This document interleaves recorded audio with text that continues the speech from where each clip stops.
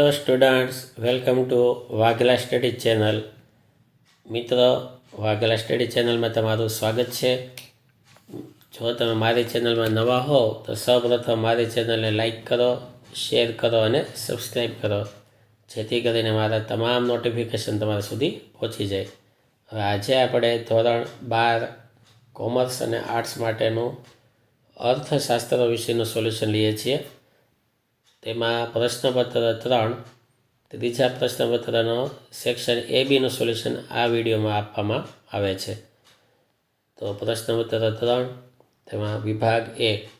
વિભાગ A 20 ગુણનો છે. MCQ આપેલા છે. તો જો પહેલો MCQ, સામાન્ય રીતે સ્તંભ આકૃતિના કેટલા પ્રકાર હોય છે? જવાબ B 3. બીજું, આલેખ કયા પ્રકારના વિતરણ માટે દોરવામાં આવે છે? જવાબ A સતત 3. 2014માં માનવ વિકાસ અહેવાલ મુજબ ભારતની માથાદીઠ આવક કેટલા ડોલર હતી?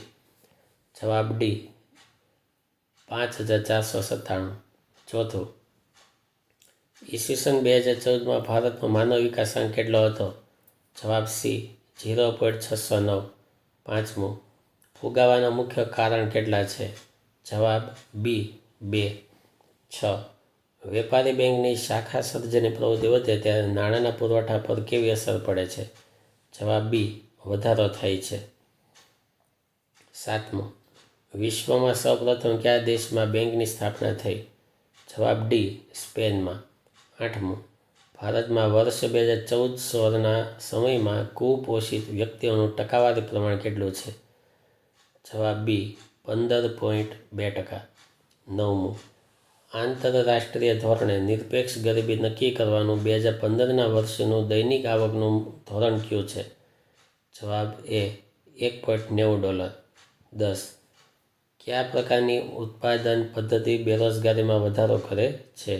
જવાબ B મૂડી પ્રધાન. 11મું, સક્રિય શ્રમના પુરવઠામાં સામાન્ય રીતે કયા વય જૂથની વ્યક્તિઓનો સમાવેશ થાય છે? જવાબ C 15 થી 64 વર્ષ. 12. 2011માં ભારતમાં જન્મદરનું પ્રમાણ કેટલું હતું? જવાબ A 21.8. 13. વસ્તી વધારાની દ્રષ્ટિએ ભારતમાં કયા વર્ષને મહાવિભાજક વર્ષ તરીકે ઓળખવામાં આવે છે? જવાબ B ઈસવીસન 1921ને. 14. કયા ક્ષેત્રને ભારતીય અર્થતંત્રની કરોડરજ્જુ તરીકે ઓળખવામાં આવે છે? જવાબ B કૃષિ ક્ષેત્રને. 15. વેપાર તુલા એટલે શું? જવાબ C વસ્તુ વેપારની તુલા.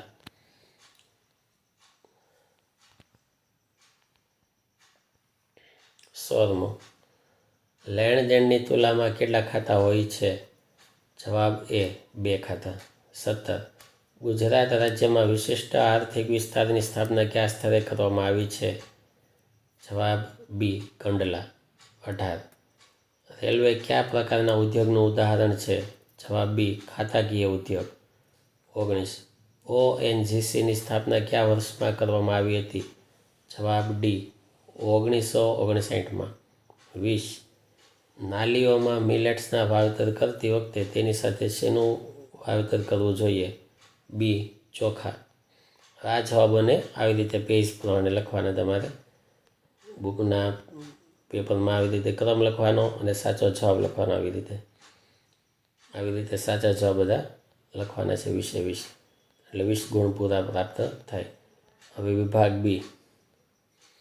વિભાગ B 1 માર્કના સવાલો છે. 10 સવાલો હશે. 21 થી 30 સુધીના સવાલો અને હવે એના જવાબો. આલેખ દોરવાનો ક્યારે અશક્ય બને છે? તેમજ આલેખનો ઉપયોગ ક્યારે થતો નથી? સ્કેલ માપ ન હોય ત્યારે આલેખ ન દોરી શકાય અને સામાન્ય પ્રજાને માટે આલેખ હોતા નથી. સવાલ 22. ઈસવીસન 2014માં સમ ખરીદ શક્તિના માપદંડ મુજબ ભારતની માથાદીઠ રાષ્ટ્રીય આવક કેટલા ડોલર હતી? 5497 અમેરિકન ડોલર. ભારતમાં ચલણી સિક્કો કોણ બહાર પાડે છે? Reserve bank of India. શાખા સર્જનનું સૂત્ર. શાખા સર્જન બરાબર પ્રાથમિક થાપણ ગુણ્યા 1/, રોકડ અનામતનું પ્રમાણ. 25. શહેરી ક્ષેત્રના ગરીબ કુટુંબોને રહેઠાણ સુવિધા પૂરી પાડવા માટે કઈ યોજના ક્યારે શરૂ કરવામાં આવી? પ્રધાનમંત્રી 25 જૂન 2015થી શહેરી ગરીબો માટે પ્રધાનમંત્રી આવાસ યોજના PMAY શરૂ કરવામાં આવી. સવાલ 26. ભારતના ગ્રામ્ય વિસ્તારમાં 24 કલાક સતત વીજળીની સેવા પૂરી પાડવા માટે કઈ યોજના? તો દીનદયાળ ઉપાધ્યાય ગ્રામ જ્યોતિ યોજના DUGJY. ભારતમાં સૌથી વધુ રોજગારી આપતું ક્ષેત્ર કયું છે? કૃષિ ક્ષેત્ર. સવાલ 28.